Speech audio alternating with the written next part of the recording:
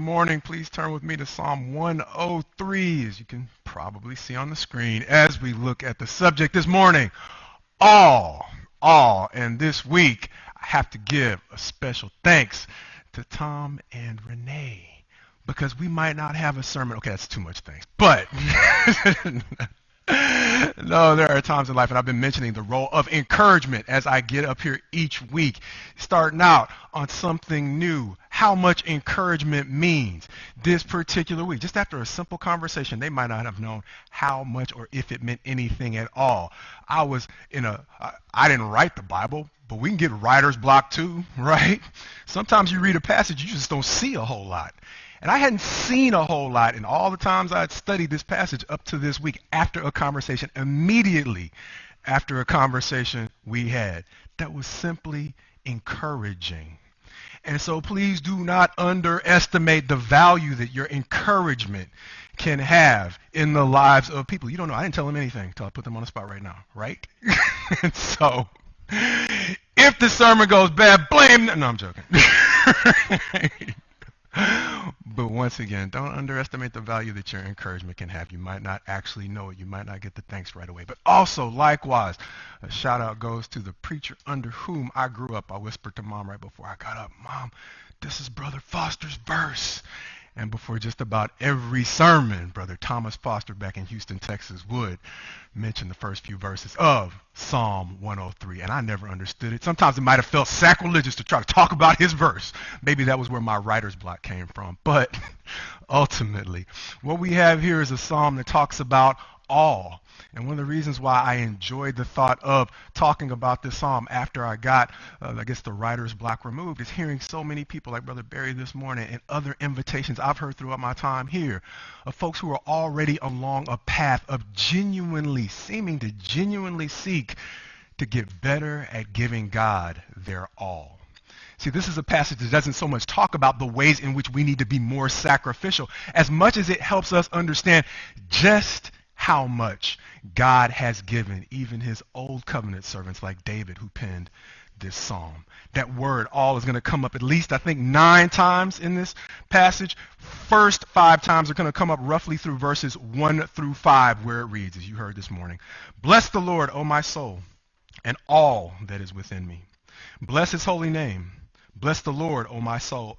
Bless the Lord, O my soul, and forget not all his benefits, who forgives all your iniquity and heals all your diseases, who redeems your life from the pit and crowns you with steadfast love and mercy, who satisfies you with good so that your youth is renewed like the eagles." And one of the places where I probably had writer's block was that all. Man, that all seems really big around all your infirmities. Really? Does he really heal all your infirmities? And I was like, God, don't let me get up there and start the line trying to make it look like it's true. But then I thought, God doesn't see time the way I see time. And ultimately, he is talking about a time in which that concept of all, is like we talked about a little bit in the class this morning. Look at it from the perspective of coverage. You got insurance, huh? You got cell phones, huh? You notice like they have gaps in your coverage? Well, as some folks mentioned this morning, just drive from here to Moscow and you will learn what it's like. They have gaps in your cell phone coverage, right? You ever go to the doctor and unfortunately realize, oh wait, I got gaps in my insurance, and so now I got stress on my savings that I didn't necessarily realize I had. See, what he's talking about, at least sometimes we just start with what we know. Heaven is a place where there are no gaps in the coverage. You don't have to worry about the fine print in your contract with your carrier, your cell phone carrier, or your insurer, trying to find a way that you can pay these premiums week by week, only to go to the doctor, realize you still got more to pay, a whole lot more than you realized and bargained for. God's not trying to get you in the fine print. He's not trying to catch you in any gaps in coverage. So when all is what the word says, it means all. And so don't worry about in terms of the way in which it seems like there may be some things I still struggle through physically here. The promise is that you're going to a place where you don't have to negotiate with God. He is simply trying to give you the peace of mind that comes with all. I mentioned from time to time our brothers in law enforcement. right? You ever drive through places where, and I appreciate the guidance I got in terms of looking for places to live. There are places where you can just let your guard down a little bit more because in that place you have the peace of mind. But that's not every place in town, which is why we got law enforcement in the first place, right? One things our cities and towns have in common. We need law enforcement because you're not safe in all parts of where you live. Heaven is a place where you're safe everywhere. And even within that, when I was overseas in Malawi, I had the opportunity to have some things sorted out by law enforcement. Was blessed to be able to learn the easy way. Wait a minute, the whole time I was there, I don't think I ever met a judge. Because when I had to go to court, sometimes your disputes are sorted out by law enforcement, especially your relatively small claims. And so I was blessed to have a seasoned officer sort through a dispute in a way that gave me, as a foreigner, the feeling that I got just as fair a treatment as he was giving the person who had lived there in that town their entire lives. However, I went back the next time, the next year, similar problem. We had a younger officer. He had a real pretty officer he was training in. And he was trying to be a little more impressive. And so I got fair-ish treatment. But I realized there's some gaps in coverage, right? Because sometimes the all comes in times when you can trust folks generally, but sometimes it depends upon who you see when you show up. And those are some of the gaps that we have to deal with, that you don't have to deal with the God who is trying to provide you all the kind of coverage that you need. However, in the last few verses of the chapter, he's not simply going to talk about the way head to toe we are covered as people. You don't have to worry about the fine print with regard to your physical person. He's covering everything, but he's also covering you everywhere you go, which is what I think he'll begin to help us see in verses 19 through 22, where he says, "The Lord has established his throne in the heavens, and his kingdom rules over all. Bless the Lord, you his angels, you mighty ones who do his word, obeying the voice of his word. Bless the Lord, all his hosts, his ministers who do his will. Bless the Lord, all his works, in all places of his dominion. Bless the Lord, O my soul." He's talking about territory, meaning you can have great coverage, as we joked in class.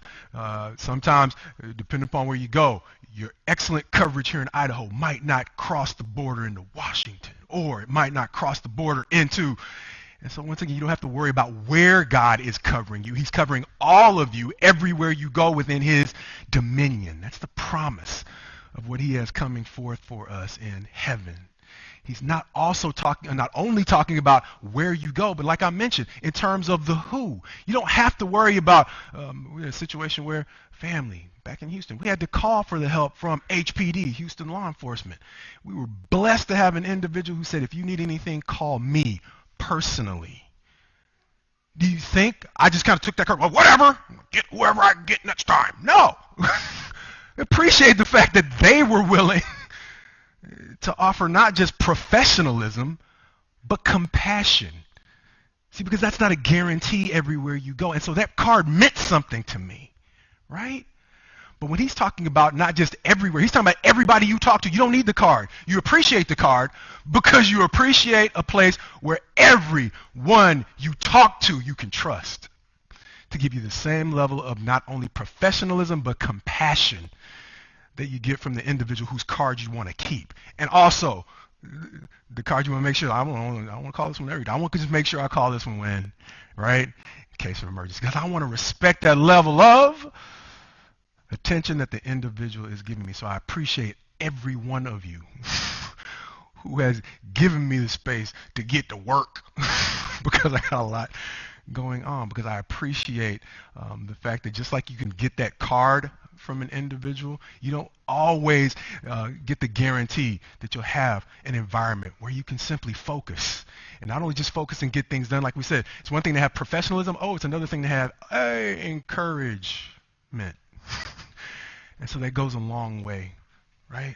Because we appreciate the way in which, even though those are things that may be somewhat rare now, God is saying that's all the coverage that we have where he's guiding us to. But likewise, it would be great if it was all benefits It's benefits. But he's also calling us to understand the ways in which those benefits, wait a minute, if it's not just going to be everywhere you turn around. I've seen movies where, I can't remember if it was Bruce Almighty, I don't remember. But there's sometimes they'll have a movie where the one person is doing all the roles. Like in heaven, I don't know if you show up and it's just God. He's your cashier at the grocery store. You might not have grocery stores in heaven, bear with me. You show up at the filling station, he's pumping your gas. Everywhere you go, it's God. No, it's people in your life, right? And so what he's talking about in these last few verses is the way that God shows up in his complete coverage, in the way that he is filling the space where we're going with people on whom we can rely and trust to give us the same level of care and concern we can expect from God himself, right? And so that's what the middle passages seem to be helping us to understand. Who is he doing this for, and how is he guiding us into this kind of level of character? Because like we said before, if you do very much honest looking or gazing in the mirror, you're going to see some flaws. You're going to be like, wait a minute, I don't necessarily know if as much as I appreciate the thought of a place of perfect peace, I don't know how well I fit there right now. And so the good things I see about this verse is not reminding us of our responsibility, but he's talking about how he guides us into being a fit in a place where there are no gaps in coverage. Verse 7. Verse 6. Verse 7. He made known his ways to Moses, his acts to the people of Israel. The Lord is merciful and gracious, slow to anger and abounding in steadfast love. And two things caught my attention from those two verses. God does not have to tell us everything. I've mentioned this before. When you're in a work environment where you see a healthy level of transparency, sometimes, at least for me, it makes it easier for me to follow directions when I understand where they are coming from. And so when he is mentioning Moses, he is talking about the names of people, like we mentioned last week, that he treated as friends, not simply as, like, you can tell we send our dogs anywhere, right? I don't have dogs anymore. But if you get them trained real well, you watch the Dog Whisperer, you can just make them obey. And obedience is a part of what this is.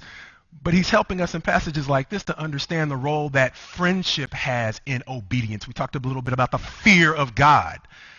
I fear God a little bit, I won't say less, but I fear him with a little bit more joy when he is giving me the guidance to help me understand why I am doing the things that he is asking me to do. And when he is talking about Moses in this verse, he is saying he made known his ways to Moses. And so he had like we said, it's not total transparency. We can't understand all of God, but he gives us the things we need to know to not simply obey him, but to obey him with a level of joy in the work that we're doing. Because he's going to go on to say, times when we don't necessarily accomplish those things well.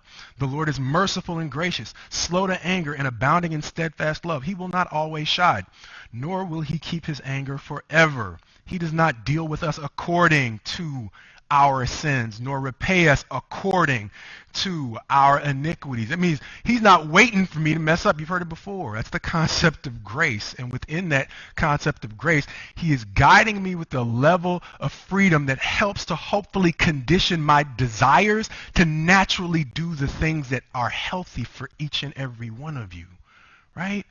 And so he doesn't always have to rap me on the knuckles or wherever to get my attention, because God willing, he is developing just like he's trying to develop my love for him, he's trying to help develop our love for one another without the need for constant discipline every time I make a mistake.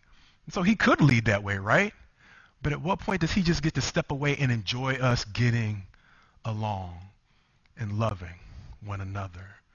And so by not constantly rapping us on the hands or whatever every time we mess up, he's helping us develop a natural affection for not only the things he's asking us to do, but for our time together, a natural affection for being able to enjoy each other's presence. He's going to pick it up again in verse 13, but on the way there, verses 11 and 12. For as high as the heavens are above the earth, so great is his steadfast love toward those who fear him. As far as the east is from the west, so far does he remove our transgressions from us. As a father shows compassion to his children, so the Lord shows compassion to those who fear him. Verse 14, for he knows our frame, he remembers that we are dust. See, he gets the fact that we are made of dust. When it says the flesh is weak, He said he's not sitting over our shoulders waiting to condemn us. He knows where the frailties are. And so the compassion comes from knowing how we're created and exactly, he could have made us out of stronger stuff. I don't know why he made us out of dust, but he has a purpose. And the humility that comes from understanding, right, that we're frail. And he, the designer, chose to make us frail because once again, I just firmly believe that when he steps away, he just wants to hear. I heard a man wrote a book after he called it The Two Mountains. First mountain was him trying to achieve a lot. The second mountain was him trying to recover everything he lost in all his achievements. And as he sat back on that second mountain, appreciating what was important, he was just kind of sitting in his backyard when his kids were just laughing. And he was like, that was it. I just want them to be able to laugh. The first mountain, I don't necessarily know what I was focused on, but I do know what I almost lost in the pursuit of it. And just in this moment, simply being able to hear my kids get along, that put everything back into perspective. And so when he puts us in frames or in frail forms of dust, one of the things he's helping us to understand is that whole concept of compassion as well. Meaning it's one thing for God to be compassionate on us, but he's helping us to understand how to be compassionate on one another, right? And so God willing, I'm at my best when I remember my frailties, right? But it's really hard to remember when I got something against you and I am not. I'm not guilty this time. Oh, no, not me, buddy. No. Right? That's when the forgiveness is hard, right? But God willing, the lesson of my frailty. I don't have to remember the last time that I messed up to remember that I'm just a dust man. And God willing, that sticks with me next time I need to forgive. As we continue on, last thing I think caught me from this chapter. It's not the last thing, but it's the last thing I wanted to mention today. It actually comes up over and over again in the scope. Okay, who is this coverage for? Is it just for everybody? Is he basically giving a blank check to everybody who says Jesus 5 times? And then, no, right? We have our brother who just got baptized today, like the way our brother described it, who, I can't remember exactly how he said it, completed his obedience, not completed his obedience, he followed through on his obedience with his baptism this week. And I tend to be pretty morbid in my prayers. I'm glad somebody else prayed. But I was talking too much when we prayed on Wednesday night about all the difficulties that could come with being a Christian. Shut up, Marcus. It's a happy day. Right? Right? Because that's part of the reality. When you've been through some things, right? Sometimes you tend to remember too much of the difficulties, but it's joy too. And so ultimately, when we're talking about that whole concept of joy, the other part is there are some things. It's good to see a brother who's willing and ready to step in right away, because this is a brother who already appreciates the fact that there are some responsibilities that come along with the joy. So it's great to see him already on the table, because he understands a lot of what God is trying to, or David is helping us emphasize, or helping us to understand here when we go back to verse 11. For as high as the heavens are above the earth, so great is his steadfast love toward everybody. Well, maybe, but, David is focusing on to those who fear him. Verse 13, as a father shows compassion to his children, so the Lord shows compassion to those who fear him. Please skip down with me to verse 17. But the steadfast love of the Lord is from everlasting to everlasting on those who fear him, and his righteousness to children's children. To those who keep his covenant, that's another one. Verse 18, and remember to do his commandments. The Lord has established his throne in the heavens, and his kingdom rules over all, as we mentioned. But then as we go back to that final set of verses, it talks about his servants and their perspective toward God. It's going to say this: bless the Lord, O you his angels, you mighty ones who do his word, obeying the voice of his word. Bless the Lord, all his hosts, his ministers who do his will. Bless the Lord, all his works in all places of his dominion. Bless the Lord, O my soul. Over and over again, he is talking about the path along which he guides us, or the way in which he guides us, not only with compassion, not only with grace and mercy, not only giving us at least enough insight to understand why he's asking us to do those things, but he's making sure, as we said before, that he is pouring out all these compassionate blessings on people who have a heart to repeat that and replicate that in a place where there are no gaps in coverage anywhere. And so he is described in the New Testament as describing, assembling us into a house or a dwelling place of God in the Spirit. This is talking about moving out. I mentioned it before, right? When was the last time you moved into a place and was really eager about the fact that I know we have some folks who are good at doing home repairs. That's not me. That's not me. When I get there, I want it as, ready to go as possible. So when I'm talking to folks, I don't even have to bring that up. They're looking at the place, and I'm just kind of tired because I got too many different things going on. They're looking for me, and they're saying, "Oh no, we need to get that. We need to get that." I'm like, "Oh, thank God, I didn't even see it." Right? Because those are folks who are trying to help me. Sorry, good night. Get into a place where, once again, even outside of the body, I can simply focus on what my role is in trying to help, not just take encouragement, but to give encouragement to you as you have to go back into facing a world, once again, that we said ain't always so encouraging. And so to the degree that we call ourselves brothers and sisters, God has blessed us with a new brother in Christ this week. And so in this passage, I hope that, brother, you and all the rest of us get an encouragement in the degree to which God has called you into a relationship in which he is seeking to take away all your infirmities and take care of all your needs, even if it doesn't always seem like it in this plane. But he's also taking you to a place where he's covering you everywhere you go.